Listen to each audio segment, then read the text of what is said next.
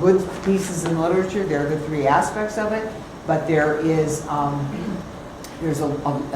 most methods books talk about that, but you want to know that you have a large enough sample. And in some, like if you're going for an external grant, they want to know that you have a large enough sample to look at subgroup differences. So if you're looking at, for example, you want to see gender differences, you have to have enough females and males in the sample to be able to determine if those differences exist. So if you even did a quick Google on sample sizing, you'll get a good description on that. But it's a way, it's very important for quantitative studies and determine whether or not your sample is adequate to determine if differences truly exist. So you're saying there's a formula that if you have a study that... Well, you think through what your parameters are going to be based on, what's, for example, it's usually alpha set at 0.05. You may want to set it at something lower. When it's a particularly risky intervention, we set it even lower, like 0.01. And what kind of power do you want to have to be able to reject or accept the null? And then, I'm thinking of something, and then your effect size, right? Is this going to have a strong effect, a large, immediate, and if there's nothing in the literature, many times we go by a moderate effect size. But if you can't find out, I'm sure I have some good readings on that. But the important point is that you want to do, if it's a quantitative study, you do want to have a sample size estimate based on the power analysis. Another thing that normally the more variables you have, the larger your sample is going to need to be. And in certain areas, you can't determine what your effect size will be, so they go with a moderate effect. But if you're projecting a small effect size, then because there's relationships between and among those parameters, your alpha, your power, 1 minus beta, and your effect size. Do a little class on that. Does that fit with what you've all learned? My question is, to what extent is a methodology should be detailed? I know it's hard to... To what extent should the methodology be detailed? Yeah.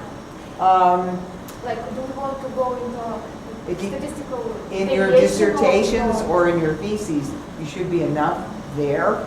And so you describe the general, the overall, as we said, the design and methods, where your sample is from, even if it's a secondary data analysis, where it's from and the characteristics of the sample and how they're selected. The measures, how you're measuring what you're doing, and then an outline of the procedure. So for example, in our work, we're collecting a number of psychological, behavioral, and physiologic measures. In our procedure piece, we would describe how we're going to do that. And it's over 2 visits, and many times it helps to do that in a graph. So enough detail, but not to be redundant, but to give the reader enough information to know.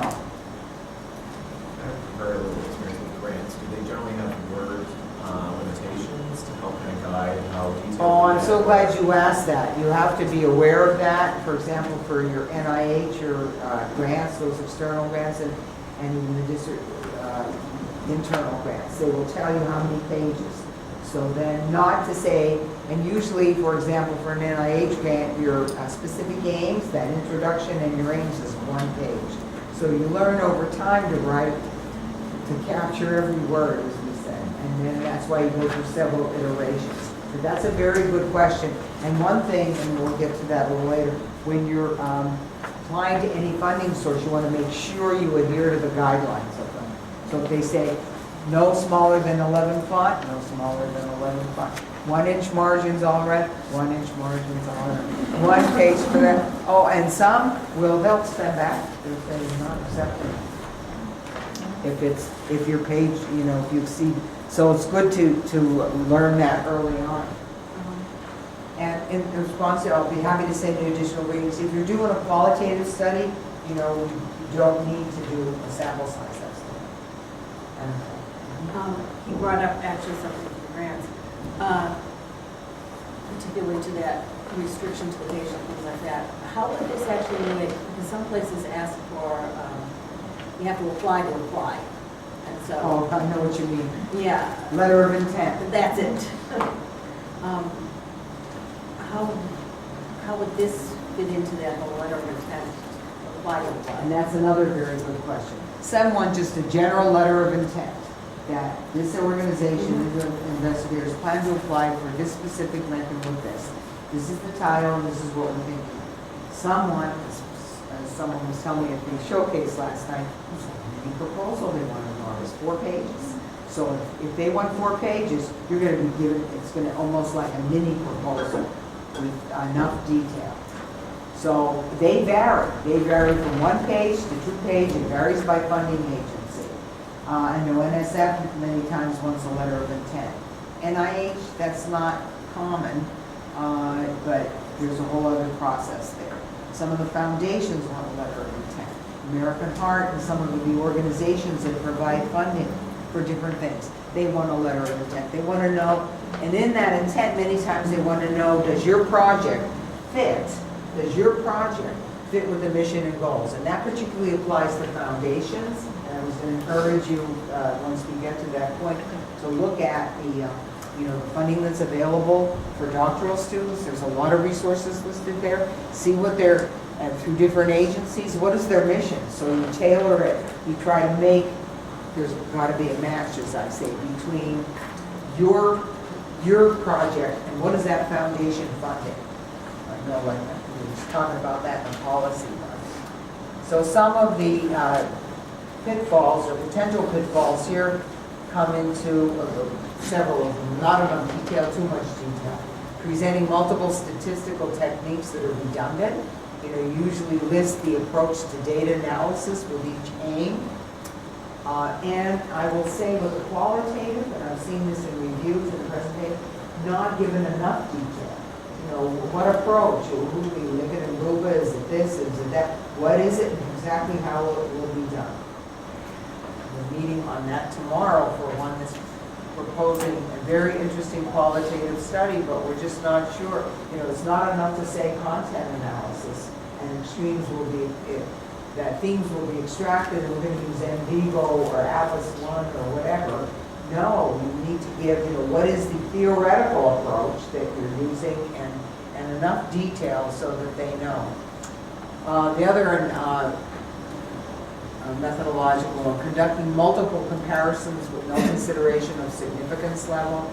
So for example, you're doing 20 correlations in your alpha and your alpha level is 0.05, then you adjust that. That's what a bond for is. Very simple. The bond for on the adjustment, you adjust that significance level by the number of comparisons, and that would be the p value needed to say whether or not it is significant.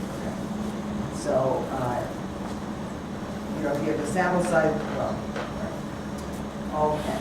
The other thing is, so that adds a little bit of rigor. And then failure to interpret or explain what selected results or outcomes will represent. It's always good if you have a sentence or two, not just to be real didactic on this is what we're going to do and whatever, but the results, one of our best ones was the results of our proposed approaches to data analysis include this and listed by aim. And we selected this over this because the results of this type of analysis will provide more meaningful, than we said it differently, family data.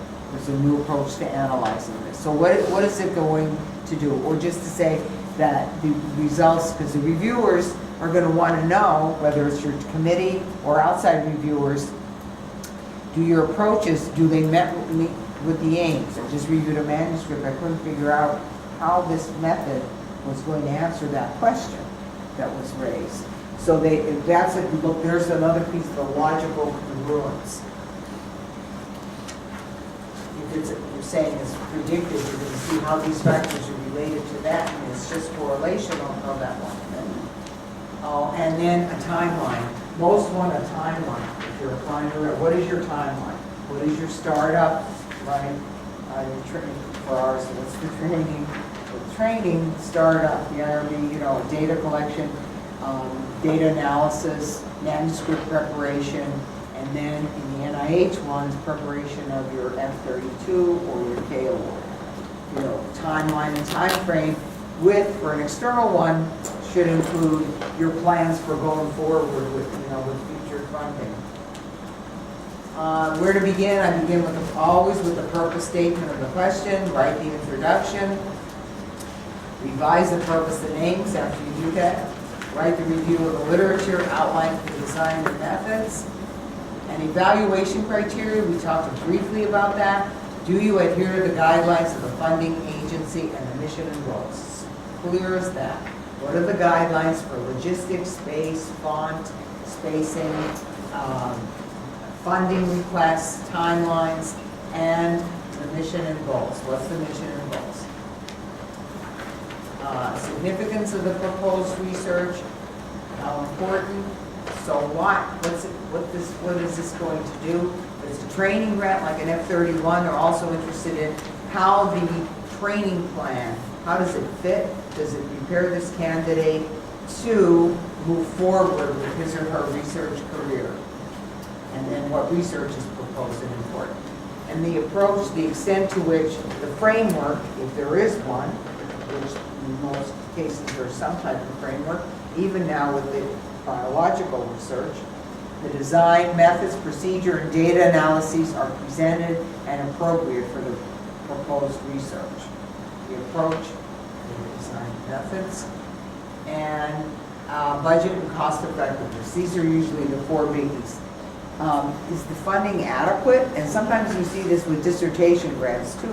Wait a minute, are we really going to have enough or too little? Or they, you know, you really want to budget. When you budget, you want to budget for what you need, not over budget. And then there as well, this, see this with internal grants. Okay, 15,000 is allowed. That would be the cap. Well, you know, it's better, you want to cost out things. Rarely is it going to come to exactly 15,000 because costing it out shows that you've given considerable thought to what you need, both in terms of resources, person support, etc. Am I being clear? So rarely is it going to come to exactly that, rarely. Maybe 99, rarely. And you know, we always try to optimize it. Also, when you're in a point where you're supporting your effort, that doesn't apply right now, you want to have the effort congruent with where it is. So you can, like if it's a 12 months, not to give your effort in 9 months when it's a 12-month project. That happens sometimes with young investigators. So funding opportunities for the GSA. Okay, Aura Ace, how are we doing? Funding opportunities through the GSA about to happen. And Joey may want to add to this. Yes. I have a question about budget. So can you? Sure. I have a question about budget. Can you mention like the main categories of expenses that usually can be applied to dissertation research, like research, evaluation? And that is a very good question. Again, that's where the funding source comes in. So what's allowed, and it's really clearly spelled out, what items are permissible, right? And whether it's your support time or time for some other assistance to help you with coding or whatever. And I have a copy of the dissertation grant, but each one is spelled out. NIH has specific categories too. They will tell you, equipment is not, you know, equipment which is 5,000 above is not allowed in this, you know, particular granting mechanism. Or support for the PI is not like our internal grants program. There's certain things that are for faculty, certain things that are not allowed, and they're spelled out. Maybe travel may be allowed, like travel to present, and then you identify where you're going to present your research. Good question, but yeah, that's why it's very important to read those guidelines. So when I apply for the grants, probably I already know how much grants I may have offered by the organization. So I would just say my resources, the money will be just covered the grant. Just be the same. Your money will what? Be the same with the grant. If they offer like 20,000, then I would just say I need 20,000 grant. I should give you an example. No, that's what I'm saying you don't do. You cost out, you look at what can be supported through a particular grant mechanism, and you cost it out. So you may need a certain type of